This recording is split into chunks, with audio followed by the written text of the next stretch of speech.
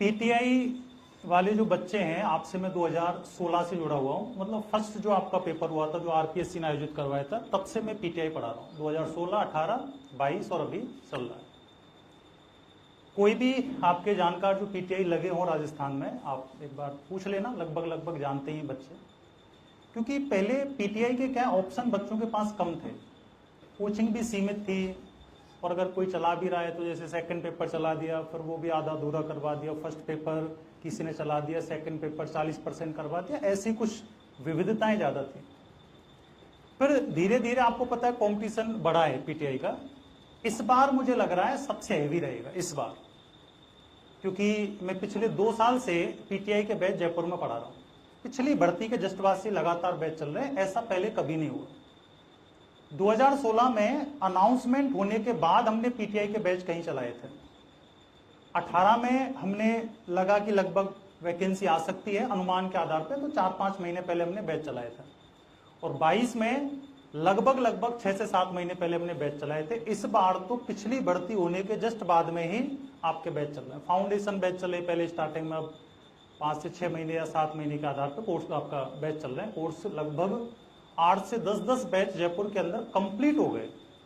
वो बच्चे लाइब्रेरी के अंदर, रूम में, जहां भी जैसे पढ़ रहे हैं वो तैयारी कर रहे हैं। तो इस आधार पे मुझे लग रहा है कि इस बार जो कंपटीशन है वो थोड़ा हाई रहेगा। बहुत सारी बातें आप यूट्यूब चैनलों से, बहुत सारे सोशल मीडिया प्लेटफॉर्म से आप सुनते हो, उन पर मैं कहीं आपसे चर्चा नहीं करूंगा।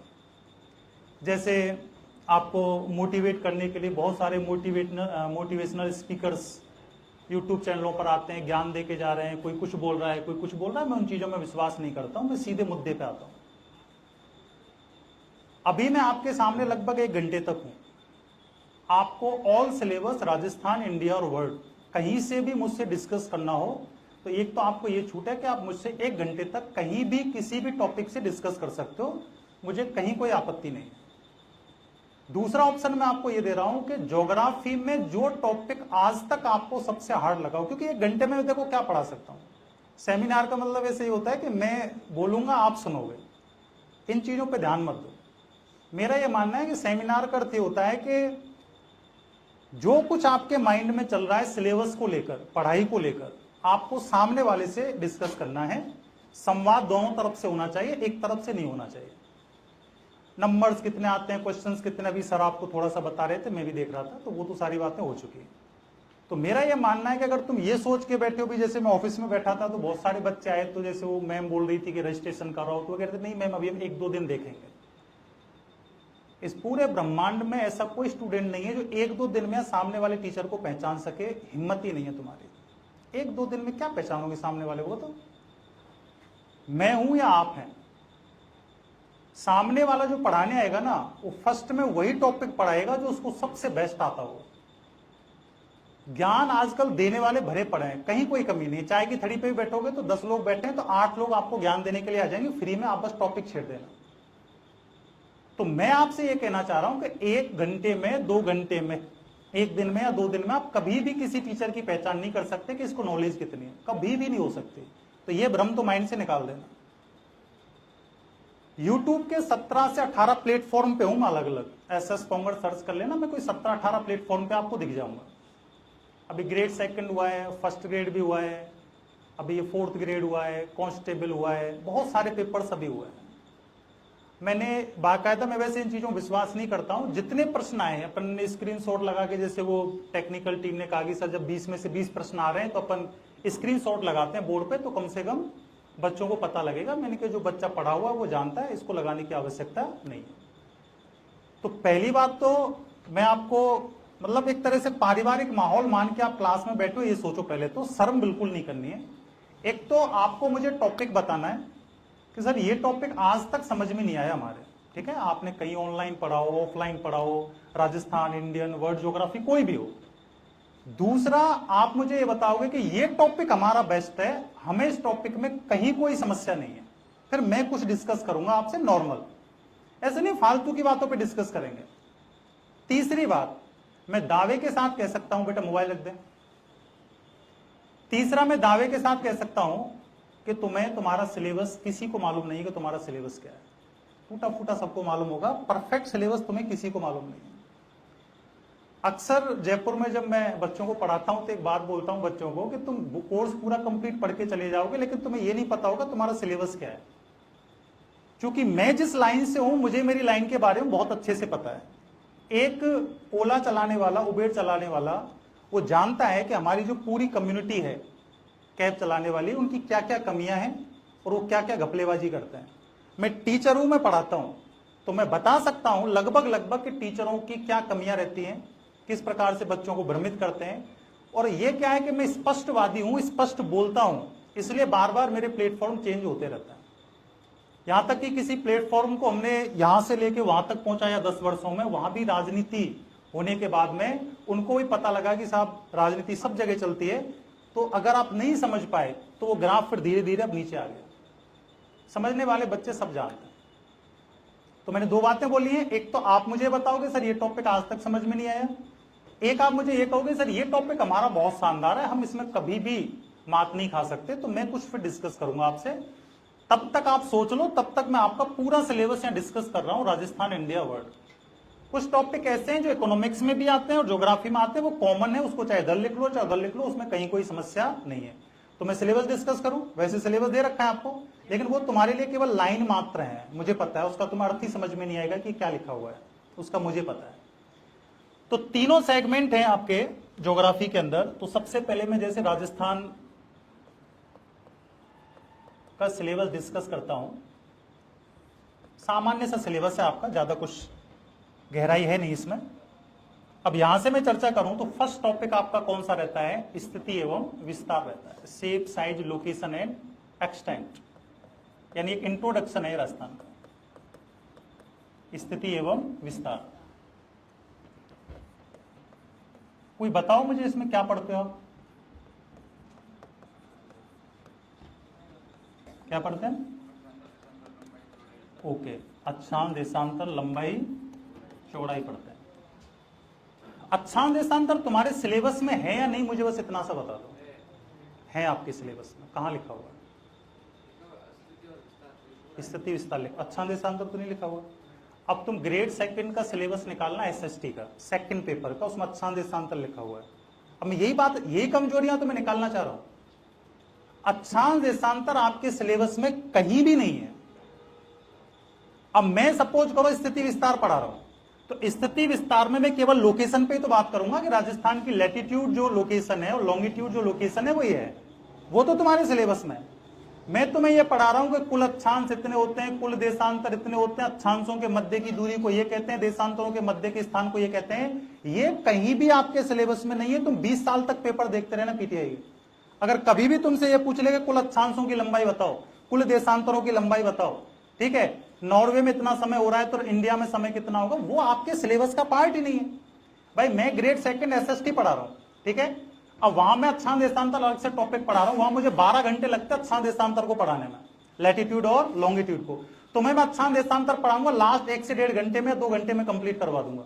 अब बच्चा क्या सोच रहा है, आप क्या सोचते हो? मैं 1 घंटे आपके माइंड के सारे स्क्रू खोल के चला जाऊंगा। अगर तुमने ढंग से इस 1 घंटे को यूज कर लिया तो तुम्हें इतना पता लग जाएगा कि आज के बाद तुम्हें पढ़ना क्या है और तुम क्या पढ़ रहे थे आज से पहले। और अगर एक भी बात में मात दे जाए कोई, तो मैं स्पष्ट बोल रहा हूं, यूट्यूब पे क्लास चल रही, फिर मेरे से संपर्क कर लेना। कोई भी विद्वान हो वो ये कह जाएगा तोंगड़ ये गलत बता के गया है, तो मेरे से संपर्क करवा देना उसका। जब आपको इतना पता है कि सिलेबस क्या है, सिलेबस के अंदर लाइनें कौन सी लिखी हुई है और लाइन में कहीं भी अक्षांश देशांतर नहीं लिखा हुआ है, तो आपको केवल स्थिति विस्तार में जो आपकी इमेजिनरी बाउंड्री होती है, काल्पनिक सीमाएं होती है, उसमें केवल इतना पढ़ना है कि राजस्थान, इंडिया, उसकी लोकेशन अक्षांशों में किधर है, देशांतरों में किधर है। आपको सब्जेक्ट में नहीं जाना है अंदर, आपको अक्षांश नहीं पढ़ना है, आपको देशांतर नहीं पढ़ना है। लेकिन आजकल टीचर क्या करते हैं कि जैसे अक्षांश शब्द आ गया वो अक्षांशों की पूरी व्याख्या करने लग जाएंगे, पूरा देशांतर पढ़ा के चले जाएंगे। बच्चा समझदार नहीं है, उसको लग रहा है कि मैटर ज्यादा मिल रहा है, मैटर ज्यादा मिल रहा है तो ये टीचर बहुत शानदार है, मैं बहुत ज्यादा पढ़ा रहा है, वो तो एक ही पढ़ने में पढ़ा के चला गया। लेकिन एक भी स्टूडेंट ये चेक नहीं कर रहा है कि सिलेबस का पार्ट है या नहीं है। पहली बात तो ये ध्यान रखना, ठीक है। स्थिति विस्तार भी आपके सिलेबस में डायरेक्ट लिखा हुआ नहीं है, लेकिन ये टॉपिक कोई अलग से नहीं होता है। भाई आप फिजिकल डिवीजन पढ़ रहे हो, तो फिजिकल डिवीजन पढ़ने से पहले आपको ये तो समझना ही पड़ेगा ना कि राजस्थान का मैप क्या है। अब राजस्थान का युवा तो इसी में व्यस्त है कि फलौदी अंतरराष्ट्रीय सीमा बनाता है कि नहीं बनाता, इसी में व्यस्त है ना, फालतू की चीजें दिमाग में लेकर घूम रहे हैं। 7 अगस्त 2023 को जब आपके फर्स्ट टाइम जिले 50 हुए थे, मैं शायद 8 अगस्त को यूट्यूब पे आ गया था और मैंने ये बोल दिया था कि जब तक विभाग मैप क्लियर नहीं करेगा, डाटा जारी नहीं करेगा, नए जिलों के आधार पर या पुराने जिलों के आधार पर नंबर्स का एक भी प्रश्न नहीं पूछेगा। आज तक नहीं पूछा है। अभी जरूर इस 4th ग्रेड में पूछ लिया कि कौन सा जिला अंतरराष्ट्रीय सीमा नहीं बना, तो उसमें फलौदी ऑप्शन में डाल दिया उसने, गंगानगर, बीकानेर, जैसलमेर भी ऑप्शन में। अब तुम घर पे जाके 4th क्लास की एनसीईआरटी की बुक उठाना, घर पे जाके, कौन सी क्लास की, 4th क्लास की एनसीईआरटी की बुक उठाना, उसमें राजस्थान का मैप जारी किया है सरकार ने और उसमें फलौदी अंतरराष्ट्रीय सीमा पर है, और वहां क्या मान रहा है उसका आंसर, फलौदी मान रहा है। मतलब विभाग को ही नहीं पता कि वो क्या पूछना चाह रहा है, तुम्हारे पास इतना टाइम नहीं है। मूल बात तो ये। सेकंड जो टॉपिक आएगा आपका वो फिजिकल डिवीजन आएगा, यानी कि भौतिक स्वरूप का हो, भौतिक प्रदेश का हो, भौतिक विभाजन का हो, एक ही बात है, भौतिक विभाजन यानी कि फिजिकल डिवीजन। ये आपका सेकंड टॉपिक है। चलो बताओ मुझे भौतिक का अर्थ क्या होता है। भाई भौतिक प्रदेश तुम पढ़ रहे हो, इससे पहले भी पढ़ा होगा, तो मुझे केवल इतना बता दो कि भौतिक का अर्थ क्या होता है, तो मैं थोड़ा सा आगे बात करूं आपसे। अभी तक एक भी प्रश्न का जवाब आपने नहीं दिया है। बेटा ये पार्क में नहीं बैठो, आराम से निश्चिंत होकर बैठो ऐसी क्लास की तरह। हाँ, भौतिक का अर्थ बताओ मुझे, भौतिक का क्या अर्थ है, क्या पढ़ते हैं भौतिक विभाजन में। अरावली, थार, मरुस्थल, मैदान। मरुस्थल का अर्थ बताओ, मरुस्थल किसे कहते हैं। मैदान का अर्थ बता दो, कुछ तो बताओ। रेतीले मैदानी क्षेत्र को हम क्या कहते हैं, मरुस्थल। तो हम कहते हैं गोबी का मरुस्थल, लद्दाख का मरुस्थल। तो लद्दाख के मरुस्थल में रेत कहां है, फिर उसमें बर्फ है, तो लैंग्वेज गलत होगी इसका मतलब। देखो आजकल क्या है, मैं जो बात आपको बताना चाह रहा हूं, कुछ भी कह लो, मेहनत कह लो, मां सरस्वती का आशीर्वाद कह लो, अभी तक 95-98% 100 ज्यादातर रहा है, रजिस्टर से अब तक का रेशो रहा है मेरा 100% ही मान के चलो आप। एक आध % करंट से लिंक करके आ जाए तो मैं कह नहीं सकता। तुम अभी मुझे शायद हो सकता फर्स्ट टाइम जानते हो, कितने पढ़ चुके हैं मुझसे कभी भी पहले, हाथ खड़ा करो। एक, हाँ 1-2, ऑनलाइन तो देखी होंगी कहीं ना कहीं क्लास, तो बहुत लगभग 1000 क्लास से ऊपर मेरी यूट्यूब पे पढ़ी होंगी। इतना मैटर को यूट्यूब पे पढ़ाता नहीं, और 1000 क्लासों में मैं वो प्रश्न नहीं पूछता हूं जो किताबों में दे रखे हैं। मैं हर प्रश्न में भाषा चेंज कर देता हूं, हर प्रश्न में लैंग्वेज बदल देता हूं, ऑप्शन बदल देता हूं, 360 डिग्री पे घुमा देता हूं बच्चे को। उससे ये पता लग जाता है कि बच्चे की कमजोरी क्या है। यूट्यूब चैनल पे ये थोड़ी पूछूंगा तुमसे कि गुरु शिखर की ऊंचाई क्या है, तो समय खराब करना हो जाएगा ना। चीजों को समझो। अभी तुमसे क्या पूछा है लगातार 2 बार, आपके पेपर में नहीं, अन्य पेपर की बात कर रहा हूं, जलवायु किसे कहते हैं, इसे नॉर्मल सा प्रश्न पूछा है, जलवायु किसे कहते हैं। आप ये बताओ 2025 के अंदर जितने भी पेपर हुए हैं, जितने भी, कम से कम कोई 40 एग्जाम हो गए होंगे अलग अलग पारियों में, किसी पेपर में मानसून से प्रश्न आया है, चाहे जलवायु से प्रश्न आया है, जो किताबों में लिखा हुआ है वो पूछ रहा है या कुछ अलग ही पूछ रहा है, अलग ही पूछ रहा है। अभी क्या पूछा है कि 4 जिले डाल दिए, बूंदी डाल दिया, धौलपुर डाल दिया, अलवर डाल दिया, गंगानगर डाल दिया, फिर कह रहा है वर्षा के अवरोही क्रम में जमाओ, डिसेंडिंग ऑर्डर में जमाओ। अब 1-2 तरीके हैं, या तो तुम 33 पहले के, वर्तमान के 41, या तो 41 जिलों की औसत वर्षा याद करो, या फिर तुम्हें एक तरीका आता हो कि हम याद नहीं कर रहे हैं 41 जिलों की, लेकिन अगर प्रश्न आ जाए तो हम 41 जिलों को रैंक में जमा सकते हैं, कोई सा भी जिला डाल दे, या तुम्हें इतना कॉन्फिडेंट होना चाहिए। अभी आपसे क्या पूछा, 80 सेंटीमीटर समवर्षा रेखा आइसोहेलाइन कौन से जिले से नहीं गुजरती। शानदार प्रश्न थे, यही प्रश्न सिलेक्शन वाले होते हैं, बाकी तो सब नॉर्मल करके आते हैं। अभी पूछा है कुछ दिन पहले 40 सेंटीमीटर समवर्षा रेखा कौन से जिले से नहीं गुजरती। कितने खतरनाक शानदार प्रश्न पूछे हैं। और जहां रजिस्टर किसी ने बना रखा हो मेरा ज्योग्राफी का, आप पेपर उठा लेना और रजिस्टर से एक एक प्रश्न मिला लेना, एज इट इज लिखे हो। यहां तक कि टेलीग्राम चैनल पर ये सारे मैटर मैंने पहले ही डाल रखे थे, पेपर से 10 दिन पहले या 5 दिन पहले, और बच्चा सीधे सीधे वहां से कह रहा है कि sir ditto line to line यहां से प्रश्न आए। और यहां या कहीं भी कोई टीचर खड़ा हो ना, मैं स्पष्ट बोलता हूं, किसी को बुरा लगे चाहे अच्छा लगे, मैं कहता हूं सबसे झूठी लाइन जो अभी वर्तमान में है, झूठ बोलने वाली लाइन, वो टीचर लाइन सबसे ज्यादा साइकोलॉजी में बहुत आगे है। इतने बड़े बड़े सपने दिखा के जाएंगे आपको। और नॉर्मल कोई भी टीचर ये नहीं कहेगा कि वो, हर टीचर ये बोलेगा कि 10 जॉब छोड़ चुका है, आरएस तो उसके ऐसे समझो कि घर के खूंटे पे बंधी हुई है, आरएस मेंस क्लियर कर लिया, प्री क्लियर कर लिया, जबकि कांस्टेबल पास नहीं किया आज तक। ठीक है, 12वीं पास बीपीएड वालों को, एमपीएड वालों को पढ़ा रहे हैं रट्टा लगा लगा के।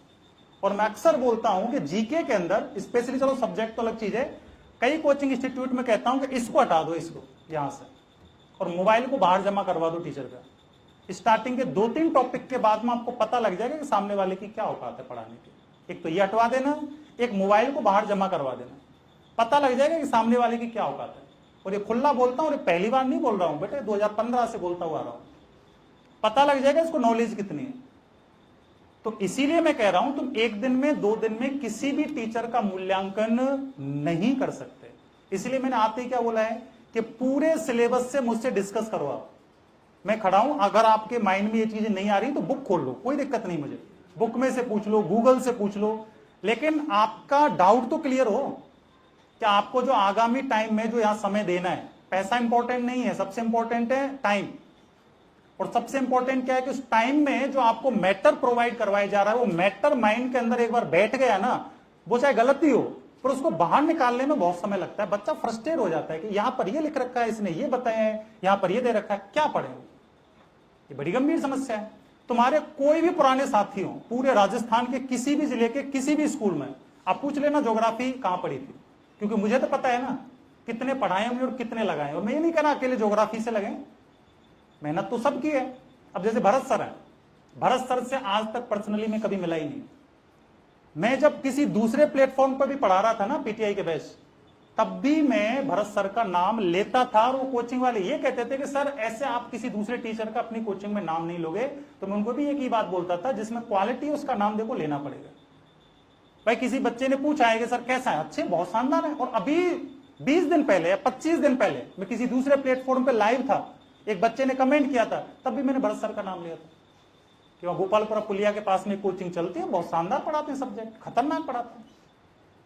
क्यों झूठ बोले अपन, और मैं क्यों झूठ बोलूं, पढ़ाना शौक है मेरा।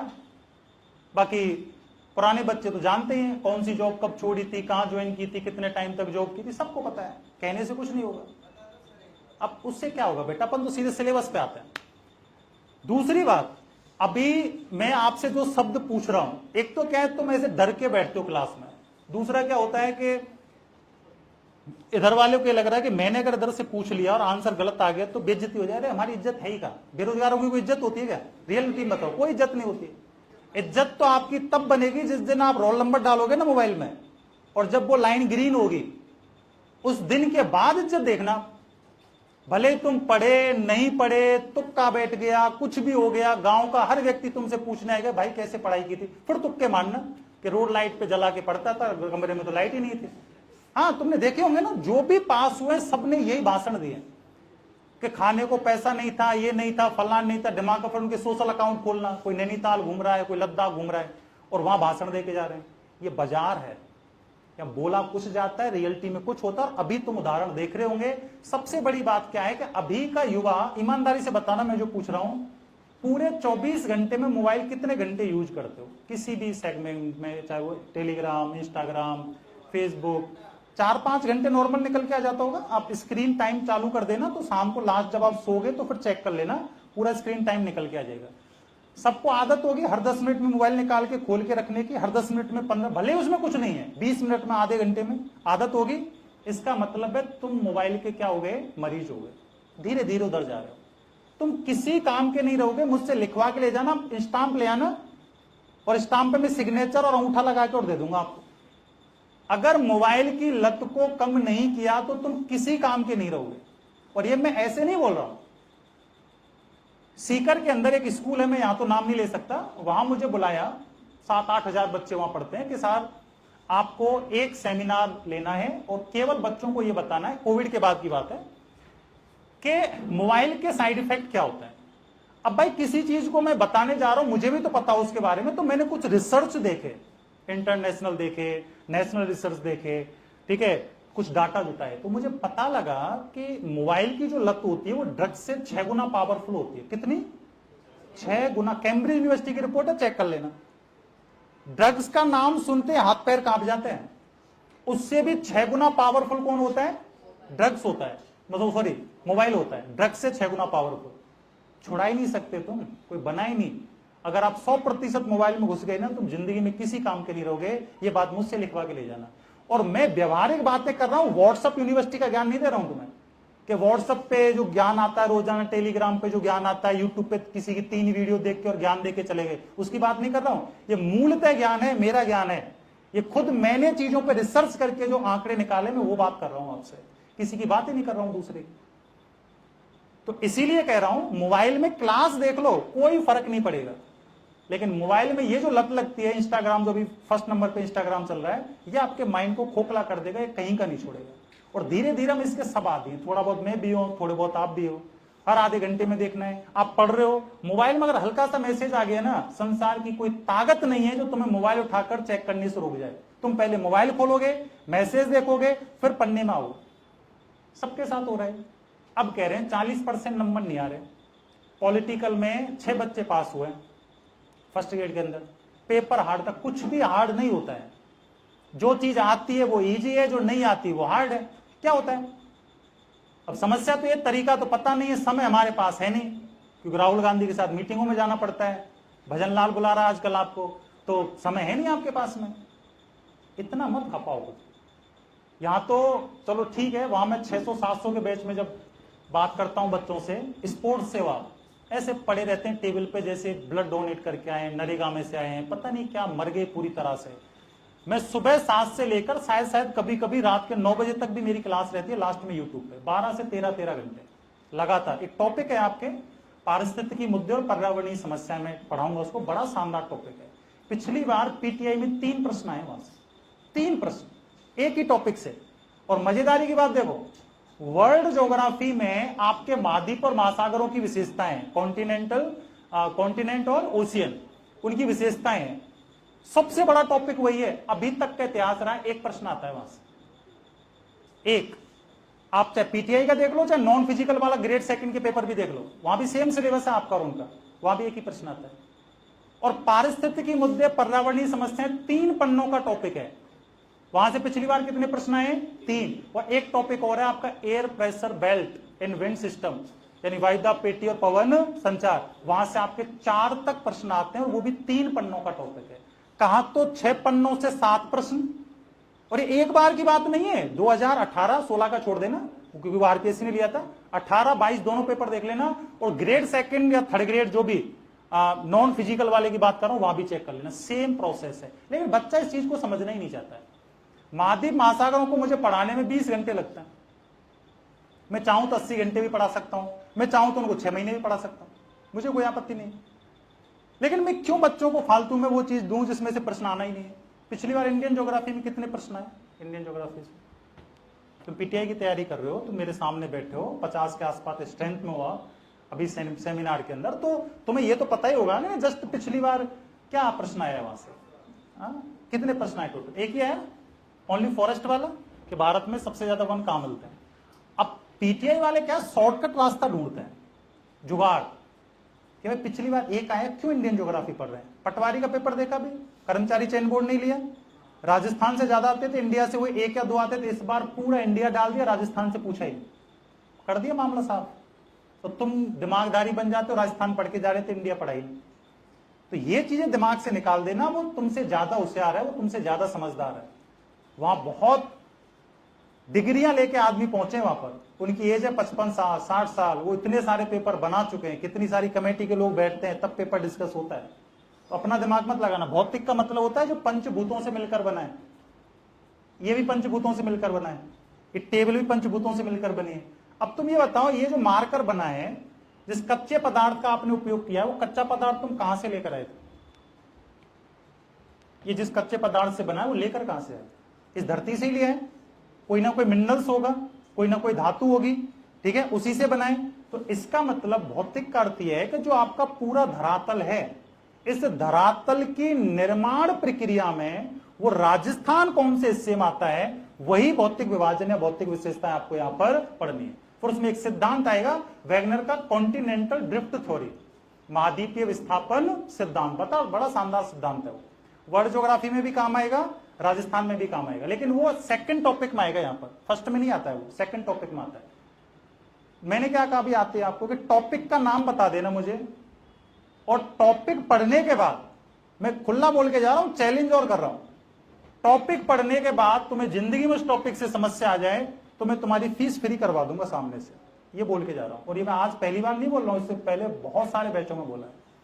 अब तुम झूठी बोल दो, समझ में तो आ गया, लेकिन कह दो सर समझ में नहीं आया, फीस वापस करवा दो, तो बेटा फिर सरस्वती कभी साथ नहीं देगी आपका, ठीक है। मैं गारंटी दे रहा हूं, उस दिन के बाद आपको उस टॉपिक में कहीं कोई समस्या नहीं आएगी और कभी नहीं आएगी। अब मुझे एक दो टॉपिक तो बताओ थोड़े बहुत कि साहब ये टॉपिक बहुत हार्ड लगता है, ये बहुत आसान लगता है, बताओ। या सिलेबस ही नहीं पता, चलो सिलेबस में पहले लिख ही देता हूं। ये कौन सा है? भौतिकवाचक। थर्ड टॉपिक ले लेते हैं अपन, जैसे क्लाइमेट, जलवायु, ठीक है। अब आप मुझे बताओ क्लाइमेट में क्या पढ़ते हैं अपन, थोड़ा मोटा मोटा बताओ, विचार करो एक बार। क्लाइमेट में क्या आता है? पृथ्वी की गतियां, टेम्परेचर जोन, ठीक है। इसके बाद मानसून, मावट, स्थानीय वर्षा, समदाब रेखाएं, समवर्षा रेखाएं, कोपेन, प्रवार्थी, थानवेट। ये तुम्हारी मैंने दुखती हुई नस पे हाथ रख दिया, किस पे? कोपेन, प्रवार्थी और थानवेट। ये टफ लगता होगा, ये जिस दिन क्लास में पढ़ लोगे ना, उस दिन के बाद तुम जैसे तुम्हें नाम याद है ना, वैसे याद हो जाएगा। कोपेन, प्रवार्थी, थानवेट, ये 1 घंटे के अंदर फिर खिलौना लगेगा आपको कि इससे आसान तो कुछ है ही नहीं। और ये तुमसे नहीं कह रहा हूं, इससे पहले पता हजारों बच्चों को पढ़ा चुका हूं। तो वो टॉपिक आप किसके अंदर पढ़ोगे? क्लाइमेट। अच्छा, जलवायु जब मैं इंडियन ज्योग्राफी में चर्चा करूंगा, इधर जब इंडियन ज्योग्राफी में अपन चर्चा करेंगे तो इंडियन ज्योग्राफी में सेम ही आएगा। फर्स्ट टॉपिक कौन सा आएगा? स्थिति विस्तार ही आएगा, स्थिति एवं विस्तार। सेकंड टॉपिक कौन सा आएगा? वही भौतिक प्रदेश या भौतिक विभाजन, भौतिक विशेषताएं, ठीक है। यहां पर केवल और केवल मानसूनल सिस्टम है, यहां आपके पूरा जलवायु सिलेबस में नहीं है। और यहां मैंने क्या लिखा है? यहां मैंने लिखा है जलवायु, तो यहां मानसून इसके अंदर है, और यहां मैंने ओनली क्या लिखा है? यहां ओनली मानसून लिखा है। मतलब आपके इंडियन ज्योग्राफी में पूरी जलवायु सिलेबस में नहीं है। क्लियर है यहां तक? अब तुम क्या करते हो, यहां भी पूरी जलवायु पढ़ लेते हो, सिलेबस में ही नहीं। ये मैं नहीं कह रहा, आप आलोक राज को ट्वीट कर देना, वो हर बच्चे को जवाब देता है, इतना फ्री बैठा है और बहुत शानदार काम कर रहा है, रियल में शानदार काम कर रहा है। जितना टाइम मिलता है उतना वो बच्चों को देता है। और ये जो फर्जीवाड़े के भी आ रहे हैं डाटा, भी तो शुरुआत, अभी तो रुको। तो जो जयपुर में जो कोचिंग इंस्टीट्यूट ये दावा कर रहे थे कि हमारे यहां से 2000 बच्चे लगे हैं, उन्होंने बोलना बंद कर दिया। क्यों? कितनी पोस्ट खाली गई थी आपकी 5500 प्लस में से? 1800 में से 501 तो निकल लिए पहले। और अभी एसओजी ने क्या कहा है कि 1200 प्लस की लिस्ट मेरे पास रखी है, मैं कभी भी इसको जारी कर सकता हूं। 1200 प्लस की रखी है उनके पास। तो इसका मतलब क्या हुआ? तो इसका मतलब तो ये हुआ कि पूरे राजस्थान से, ठीक है, कि पूरे राजस्थान से लगभग 800, 900, 1000 बच्चे मान लो, उसमें सारी कोचिंग है पूरे राजस्थान के अंदर। बोलने से कुछ थोड़ी होता है, बोलने को तो मैं बोल जाऊंगा 55 में से 5000 बच्चे हमने पास करवाए। फेंको मत, बच्चों के साथ गलत मत करो, बच्चों के साथ न्याय करो। और मैं जैसे स्पष्ट बोल रहा हूं ना, वैसे बोलना सीखो। पूरे सिलेबस में बच्चों को चैलेंज करोगे, पूरे सिलेबस से प्रश्न पूछा आपसे, मैं खड़ा हूं आपके सामने, लेकिन आप पूछते ही नहीं हो। समस्या तो ये ना, इंस्टाग्राम, टेलीग्राम की पूरी नॉलेज है आपको। यहां देखो, जलवायु के बाद में नेक्स्ट टॉपिक में कौन सा ले रहा हूं? वन, वनस्पति और वन्य जीवन, वाइल्ड लाइफ। मतलब फॉरेस्ट है, वेजिटेशन है और वाइल्ड लाइफ है, समझ गए यहां पर। लेकिन याद रखना, इधर इंडियन ज्योग्राफी में केवल और केवल क्या है? वन एवं वनस्पति है। यहां पर आपका वन्य जीवन नहीं। बताना थोड़ा सा मोटा मोटा, वन्य जीवन में क्या आता है? वन्य जीवन का अर्थ ही बता दो। वन्य जीवन का अर्थ होता है, एक तो पालतू पशु होते हैं, डोमेस्टिक जो भी एनिमल होते हैं, एक होते हैं वन्य जीव। तो वन्य जीवों के लिए प्रयास वो खुद कर लेंगे या आपको ही करना पड़ेगा? वन्य जीव खुद ही रोड बना लेंगे, घर बना लेंगे, खाना ले लेंगे, वो खुद ही कर लेंगे आप या सरकार प्रयास करेगी? सरकार ही करती है ना। क्या बनाती है? नेशनल पार्क बनाती है, टाइगर प्रोजेक्ट बनाती है, बायोस्फीयर रिजर्व बनाती है, चिड़ियाघर बनाती है, ठीक है। ये सब काम किसके हैं? सरकार के। तो उसी को तो वन्य जीवन कहते हैं। तो वन्य जीवन में आप नेशनल पार्क पढ़ोगे, टाइगर प्रोजेक्ट पढ़ोगे, ठीक है, जितने भी सेगमेंट खंड उस वन टॉपिक के अंदर गवर्नमेंट ने लागू किए हैं वो सब वन्य जीवन के अंदर आता है। लेकिन इंडियन ज्योग्राफी में केवल क्या है, वन एवं वनस्पति, और राजस्थान ज्योग्राफी में क्या है, वन, वनस्पति और वन्य जीवन। नेक्स्ट जो टॉपिक है आपका वो है ड्रेनेज, यानी कि अपवाह तंत्र। ड्रेनेज सिस्टम के अंदर आपका क्या हुआ, सिलेबस उन्होंने थोड़ा अलग अलग करके डाल दिया, मैं पूरा एक साथ यहां बता रहा हूं। अपवाह तंत्र में अपन पढ़ेंगे नदियां, रिवर, फिर क्या पढ़ोगे, नदी घाटी परियोजना, नदी घाटी परियोजना। अब नदी घाटी परियोजना, रिवर वैली जो प्रोजेक्ट होते हैं इसके अंदर इरिगेशन प्रोजेक्ट भी होते हैं, सिंचाई परियोजनाएं भी होती हैं, बहुउद्देशीय परियोजनाएं भी होती हैं। फिर सिंचाई परियोजना 3 प्रकार की होती हैं, वृहद, मध्यम और लघु। वो सब किसका पार्ट है, नदी घाटी परियोजनाओं का। और इसी के अंदर आप क्या पढ़ते हो, झीलें, और इसी में आप क्या पढ़ोगे, वाटर मैनेजमेंट, जल प्रबंधन रिपोर्ट। अब ये बताओ, जल प्रबंधन रिपोर्ट में जो राजस्थान में टोटल 302 ब्लॉक हैं, आने वाले टाइम में बढ़ जाएंगे घट जाएंगे, इस बार मानसून को देखते हुए बढ़ जाएंगे भाई। सुरक्षित ब्लॉक 38 थे, अभी 37 रह गए थे, इस बार मुझे लग रहा है बढ़ जाएंगे, क्योंकि अच्छी बरसात हुई पिछले 2 सीजन से, तो कन्फर्म है वाटर लेवल बढ़ा है। पूर्वी राजस्थान में तुम सवाई माधोपुर इधर के जिले से रहते हो, करौली से, भरतपुर से, दौसा से, जिन नलकूपों में पानी चला गया था वापस उनमें पानी आ गया है। रीजन ठीक ठाक बाढ़ के हालात इस बार रहे हैं, तो ये इंपॉर्टेंट हो गया इस बार, ये वाला करंट को भी लिंक करना है। लेकिन याद रखना, इंडियन ज्योग्राफी में यहां पर केवल और केवल आपके सिलेबस में क्या है, नदियां हैं। यहां पर नदी घाटी परियोजना, जल प्रबंधन रिपोर्ट, ये आपके सिलेबस का पार्ट नहीं है। लेकिन जब आप नदी पढ़ोगे तो इंपॉर्टेंट जो कुछ भी होगा उस पर अपन चर्चा करेंगे, क्योंकि लोनार झील का प्रश्न पूछ लिया है पीटीआई के एग्जाम में, महाराष्ट्र के अंदर जो आती है। अगला जो टॉपिक अपन डिस्कस करते हैं इधर वो है एग्रीकल्चर, यानी कि कृषि। इसी में एग्रो क्लाइमेट जोन पढ़ोगे आप, कृषि फसलें पढ़ोगे, और जो आपका इकोनॉमी सर्वे। अब देखो बेवकूफी देखो बच्चों की, आप सब जानते हो कि इकोनॉमी सर्वे तुमसे कौन सा पूछेगा, जो लास्ट वाला होगा वही तो पूछेगा, लगभग वहीं से प्रश्न आते हैं। और बच्चा 2022 का पेपर देने के बाद में तब से इकोनॉमी सर्वे पढ़ता हुआ आ रहा है। अरे तुम्हारा पेपर संभावित 26 में बता रहे हैं सितंबर में, तो तुम लास्ट वाला इकोनॉमी सर्वे देख लेना, जस्ट उससे पहले वाला कंपेयर करके देख लेना। तुम पहले से रट्टे लगा रहे हो, करंट पढ़ रहे हो, बेवकूफ बना रहे हैं लोग, पता ही नहीं लोगों को, सबसे बड़ी बात तो ये। तो अभी करंट पे ज्यादा फोकस करना भी नहीं, करंट में भी आपको केवल इतना ध्यान देना है कौन सी चीजें ज्यादातर इंपॉर्टेंट है, हिस्ट्री, कल्चर, ज्योग्राफी, पॉलिटिकल को ज्यादातर कहां प्रभावित करती है, वो चीजें केवल ध्यान देनी है, बाकी चीजें आपको करंट में नहीं देखनी। तो यहां पर एग्रीकल्चर आ गया, इसमें एग्रो क्लाइमेट जोन आ जाएगा, जिसको हम कृषि जलवायु प्रदेश कहते हैं। कृषि जलवायु प्रदेशों में अभी क्या अपडेट हुआ है मुझे थोड़ा सा बताओ, अभी कुछ दिन में, मतलब 15-20 दिन के अंदर, 1 महीने में। ये गलत बात है, इतना आपको पता होना चाहिए। कृषि जलवायु प्रदेशों का निर्धारण हुआ था 1989 में, फर्स्ट टाइम ये योजना आयोग ने किया था, और अब चल रहा है 2025।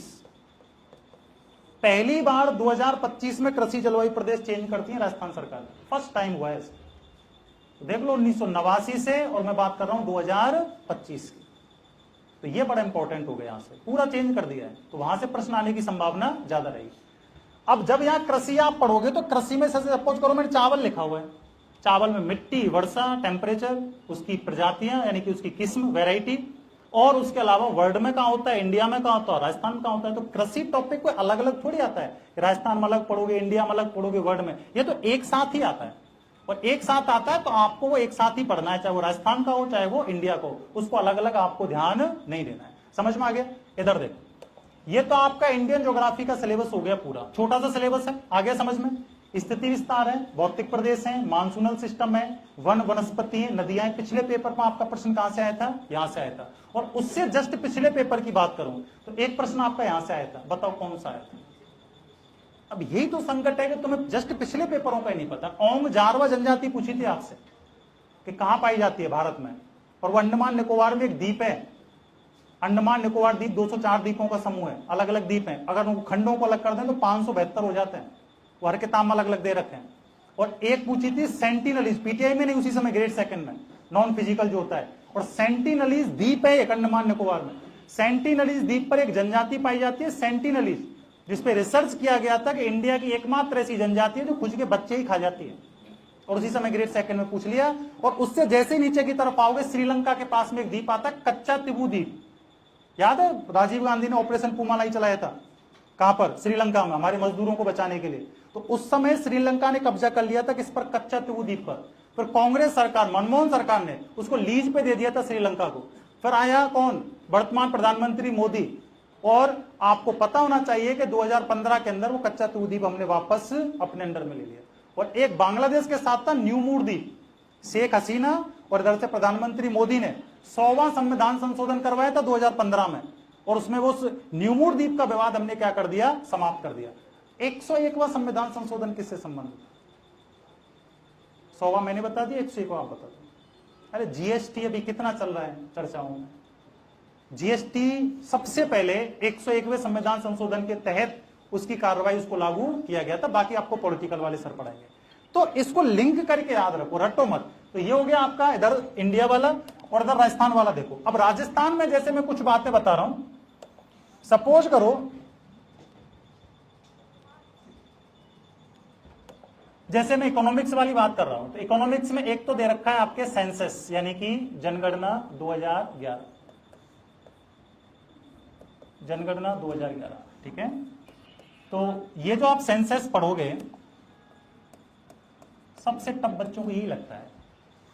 अभी 2-3 बैचों में कंप्लीट करवाया था, अभी 4th ग्रेड के पेपर हुए हैं। हर पारी में 3 प्रश्न आए, 2-3 2-3, और बहुत डिटेल में प्रश्न आए। उसने ये नहीं पूछा कि एसटी लिंगानुपात कितना है, एससी लिंगानुपात कितना है, उसने पूछा है एसटी महिला शहरी लिंगानुपात कितना है। समझ रहे हो ना? और ये कोई गहराई वाली बात थोड़ी है। अरे भाई आप टेबल पे हेडिंग लगाओ, इधर एससी, इधर लिखो एसटी, ठीक है। यहां लिखो 17.8% और यहां लिखो 13.5%, ठीक है। यहां टोटल 122.21 लाख है, ये 92.38 लाख है। क्लियर है यहां तक? अब ये तो सीधे डाटा है। फिर क्या करो, इधर मैक्सिमम, उधर लिखो मिनिमम, संख्या में, परसेंट में, फिर लिंगानुपात लिख लो, फिर उसको 2 हिस्सों में डिवाइड कर दो, एक ग्रामीण और एक शहरी। ये लो, एक पन्ने का मैटर है। बच्चा कह रहा है किताबों में कहीं लिखा हुआ ही नहीं, तो लिखा हुआ कहां से होगा? बना ले तो तुम्हें पड़ेंगे। टीचर तो उतना ही कार्रवाई करवा के चला जाता है, और ज्यादातर टीचर क्या करते हैं? पन्ने दे देता है, पीपीटी बनवा लेते हैं। जब पीपीटी से पढ़ना है तो फिर क्लास में क्यों आ रहे हो? हाँ बेटा कुछ पूछना चाह रहे हो? नहीं, ऐसे हाथ खड़ा कर रहे हो। हाँ, पन्ने दे रहे हो तो फिर फीस जमा क्यों करवा रहे हो? मुझे ये तो बता। पूरी ज्योग्राफी में सिंगल पन्ना नहीं दूंगा तुम्हें, सिंगल पेज। और तुम अगर 4 घंटे भी लगातार क्लास लूंगा ना, 4 घंटे में तुम्हें यह पता नहीं लगेगा कि 4 घंटे की क्लास कब निकल गई। और खुला चैलेंज दूंगा, मार्केट से 10-10 किताब उठा के लिख रहे ना साइड में, और खुला चैलेंज रहेगा, किसी भी किताब को कहीं से भी खोलो और कहीं से भी पूछो, मुझे भी पता लगे मेरी क्या कमियां हैं। भाई तुम कुछ पूछोगे, मैं रुकूंगा तो अगले दिन मैं 2 किताब और पढ़ के आऊंगा। अब मैं रुक ही नहीं रहा हूं तो मुझे भी ओवर कॉन्फिडेंट आ जाएगा कि भाई मैं तो रुक ही नहीं रहा हूं, मुझे कोई रोक ही नहीं पा रहा है। तो मैं चाहता हूं कोई मुझे रोके, कुछ प्रश्न ऐसे पूछे। अब ऐसे भी प्रश्न मत पूछना कि कौन से गांव में सर एक भी मच्छर नहीं है, कौन से गांव के कुएं के पानी से बिना शक्कर मिलाए लड्डू बनाए जा सकते। ये बेवड़ों वाले प्रश्न होते हैं, ठीक है। आप युग कहां पहुंच गए हो, तुम कहां रह रहे हो? पीटीआई जो बच्चे बने हैं ना पुराने वाले, आप उनसे पूछना कि 2015-16 में भी जो बात बोली थी वही बात आज बोल रहा हूं, पॉइंट भी चेंज नहीं किया बात में। रजिस्टर अपडेट होते रहे। और 2022 का पेपर 2018 में पढ़े हुए बच्चों के रजिस्टर से मिला लेना। 2022 वाला तो छोड़ ही देना, 18 वाले रजिस्टर से मिला लेना। दावे के साथ बोल के जा रहा हूं। और अगर गलत बात निकल आए ना, मेरा नंबर ले लेना मैनेजमेंट से, और तुम राजस्थान में कहीं भी कोचिंग कर लेना, तुम्हारा पूरा खर्चा मैं वहन करूंगा। इससे बड़ी बात नहीं बोल सकता कुछ भी। और मैंने क्या बोला, ज्ञान दे के नहीं जा रहा हूं। वो यूट्यूब चैनलों से पढ़ लिया, कहीं से भी ज्ञान दे के फेंक के जा रहे हैं, नॉलेज कुछ भी नहीं है। मैंने आरएस प्री कर लिया, मेंस कर लिया, मैं आरपीएससी का मेंबर रहा हूं, मैं यूपीएससी का मेंबर रहा हूं। ऐसे फेकोलॉजी नहीं चलती बच्चों के सामने। और एक भी क्लास में पर्सनल बात करूंगा नहीं, पूरे सिलेबस में पुराने वाले बच्चे जानते हैं। मैं ओनली कंटेंट पे बात करूंगा। कुछ दिन बाद तुम एक नाम रखोगे मेरा कि ये सर तो खड़ूस हैं, ना हंसते हैं ना हंसाते हैं, ओनली केवल कंटेंट बेस पे बात करते हैं। अगर सिलेबस में हंसने हंसाने वाली बातें आती, शेरो शायरियां अगर पेपर में आती, तो मैं उसमें भी झंडे गाड़ देता। अगर शेरो शायरियां तुम्हारे पेपर में आती ना, तो उसमें भी मैं झंडे गाड़ देता। उसमें भी ये सब जो करते ना शेरो शायरियां, वो फुटपाथ वाली, उनसे भी बहुत आगे निकल जाता, क्योंकि मैं मूलतः लिखता, कॉपी नहीं करता किसी को। तो थोड़ा सा विचार करो, ये समझो कि आप जो पढ़ने जा रहे हो, आप जो तैयारी करने जा रहे हो, हमें सामने जो गाइड कर रहे हैं हमें कितनी दूरी तक ये लेके जा सकते हैं और जो ज्ञान दे रहे हैं। अब मुझे बताओ, कर्क रेखा की लंबाई पढ़ते हो नहीं पढ़ते राजस्थान में? ईमानदारी से बताओ, पढ़ते हो? कितनी पढ़ते हो? 26, 27, 32, 38 कुछ भी हो। 25 सालों में कौन से पेपर में कर्क रेखा की लंबाई पूछी? थोड़ा सा बता दो मुझे, एक पेपर बता दो जिसमें कर्क रेखा की लंबाई का प्रश्न आया। चलो नहीं आया। राजस्थान में बता रहे हो आप कर्क रेखा की लंबाई। भारत के कितने राज्यों से जाती है? 8। राजस्थान के अलावा किसी भी राज्य में लंबाई कहां लिखी हुई है मुझे बता दो। नहीं लिखी हुई। जब तुम राजस्थान में बता सकते हो, एमपी में क्यों नहीं बता सकते? छत्तीसगढ़ में? चलो ये छोड़ दो। कितने महाद्वीप से जाती है कर्क रेखा? 3। एशिया, अफ्रीका, उत्तरी अमेरिका, फिर नीचे इक्वेटर है, भूमध्य रेखा, वो भी 3 से जाती है। एशिया, अफ्रीका, दक्षिण अमेरिका, फिर नीचे मकर रेखा है, tropic of cancer, sorry tropic of cancer तो आपकी कर्क हो गई, कैप्रिकॉर्न, तो वो ऑस्ट्रेलिया महाद्वीप, अफ्रीका और दक्षिण अमेरिका। किसी भी महाद्वीप में लंबाई बता दो, किसी कंट्री में। ये लंबाई केवल राजस्थान में ही है। और ये कारनामा किसने किया है? राजस्थान के राइटरों ने, क्योंकि शाम को लगा लेते हैं। ठीक है, फिर ये ऐसा डाटा ढूंढ के लेके आते हैं जो मार्केट की किसी किताब में नहीं लिखा हुआ है। और उन्होंने बेड़ा गर्क कैसे किया है देखो। ये राजस्थान है, ये राजस्थान की अक्षांश स्थिति है 23 डिग्री 3 मिनट नॉर्थ लैटिट्यूड, और ये थोड़ा सा ऊपर से कर्क रेखा जाती है 23.5 डिग्री नॉर्थ लैटिट्यूड। इन दोनों के बीच का अंतर है ये 23 से 23 कट गया, 30 में से 3 गए तो 27 मिनट का अंतर है। अब इस 27 मिनट को 27 किलोमीटर कर दिया लोगों ने और लिखवा दिया कि कर्क रेखा की लंबाई है। अगर ये कहीं लिखी होती तो किसी ना किसी पेपर में तो पूछता। और चलो है ये लंबाई, मैंने मान लिया, कहां से कहां के बीच में ये बताओ। तुम अगर जयपुर से जोधपुर की दूरी बता रहे हो तो कोई ना कोई 2 पॉइंट तो होंगे ना। इस रूम की अगर आप लंबाई बता रहे हो तो कोई ना कोई पॉइंट तो होगा ना कि आपने लंबाई कहां से ली है। तो जो बातें हैं ही नहीं उसमें तुम बेवकूफ बन रहे हो। कौन सी नदी की लंबाई पूछ ली आज तक? मुझे नाम बताओ। कौन सी नदी की आज तक लंबाई पूछ ली कि चंबल की लंबाई बताओ, बनास की लंबाई बताओ, गंगा की लंबाई बताओ, यमुना की लंबाई बताओ? पूछा है क्या आज तक? क्यों रट्टा लगाते हो फिर कि सर चंबल की 1051 तो पैनोरमा में दे रखी है, 943 लक्ष्य में दे रखी है, 1041 पता नहीं कौन कौन सी मार्केट में गाइडें आती हैं, और उसी में कंफ्यूज हो रहे हैं। अरे मैं ये कह रहा हूं तुम 1000 याद रख लो, 965 रख लो, 966 रख लो, तुम्हारा परसेंट जिंदगी में गलत नहीं होगा वहां से। क्योंकि कभी भी नदियों की लंबाई फिक्स नहीं होती है, हाईकोर्ट का आदेश है, कभी पढ़ाऊंगा मैं आपको। लगभग में याद रखो जिससे तुम 4 नदियों को अवरोही आरोही क्रम में जमा सको। ज्योग्राफी है, इसमें प्रश्न कभी रटने वाले नहीं आते हैं, इसमें अप्लाइड प्रश्न आ रहे हैं आजकल। और 20 आएंगे तो 20 के 18, 19 तुम एक ही बार में ठीक कर दोगे। पिछली बार क्या पूछा था कि जनवरी माह में राजस्थान में, शायद पीटीआई में पूछा था, सबसे कम तापमान है शायद वायुदाब, कुछ ऐसा प्रश्न पूछा था, अप्लाइड प्रश्न था।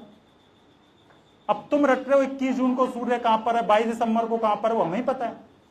प्रश्न क्या पूछ रहा है कि राजस्थान में पश्चिमी भाग से पाकिस्तान की तरफ से कौन सी स्थायी पवनें प्रवेश करती हैं? परमानेंट विंड जो 3 प्रकार की हैं, व्यापारिक, पछुआ और ध्रुवीय। ट्रेड विंड है, वेस्टर्न विंड है और पोलर विंड है। तो ये प्रश्न क्या है? अप्लाइड है। इसमें आपको उस समय पेपर देखना पड़ेगा, प्रश्न देखना पड़ेगा, फिर ऑप्शन देखने पड़ेंगे, तब आंसर आएगा। लेकिन सबसे बड़ी बात क्या है, तुमने किसी भी बच्चे ने पूरे सिलेबस में से एक भी प्रश्न नहीं पूछा।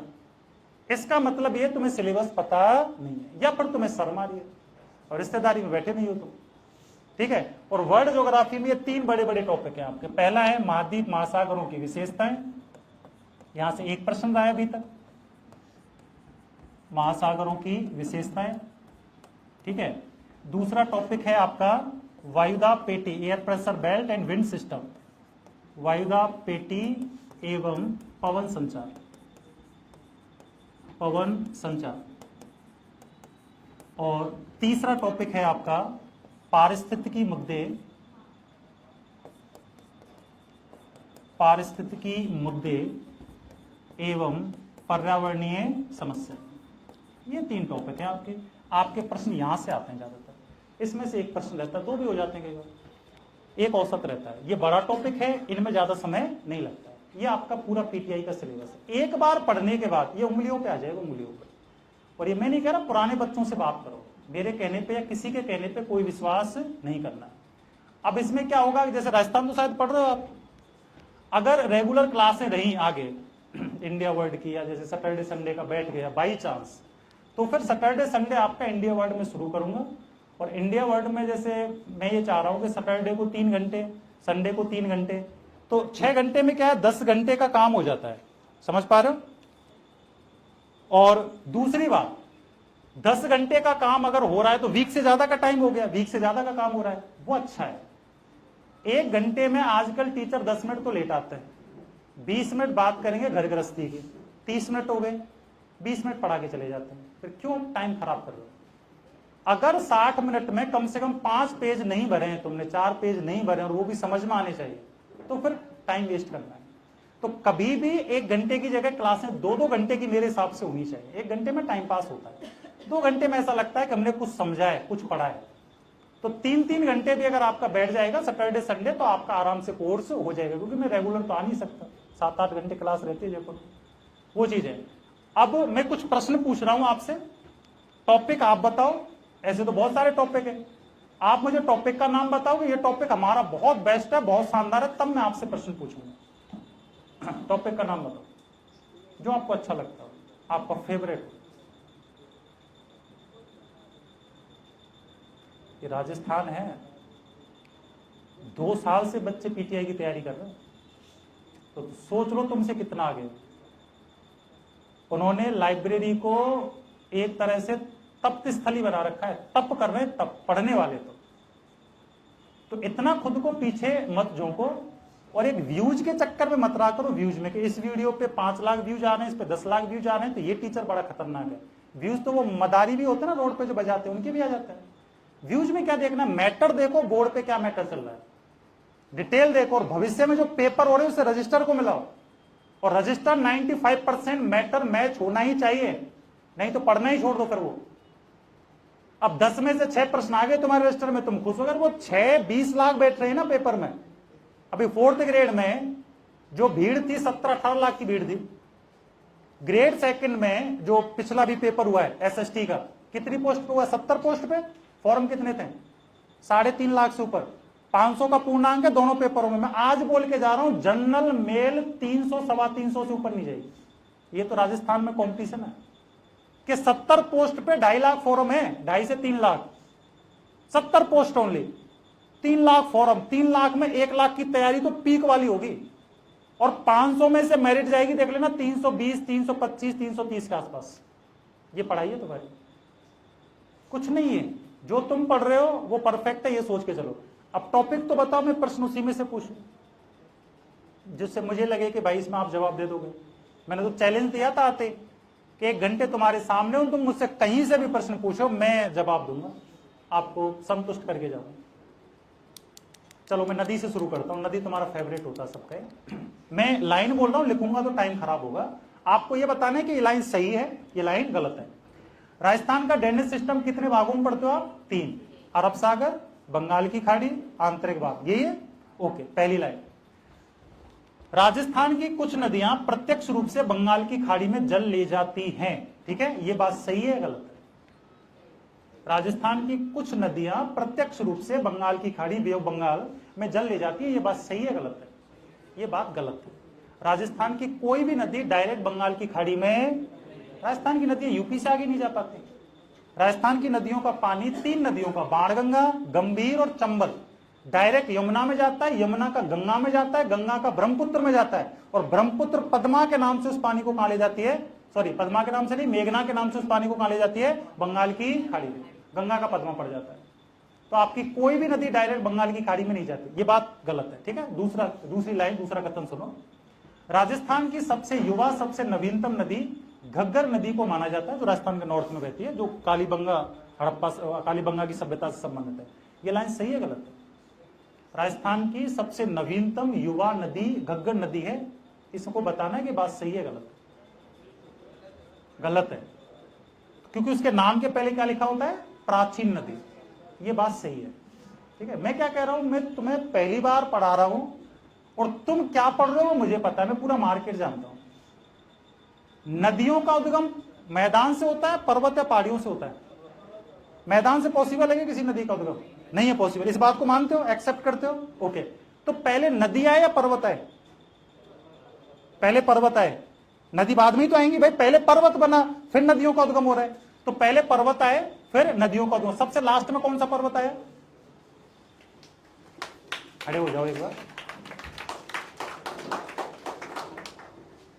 आइए सर, नमस्कार सर।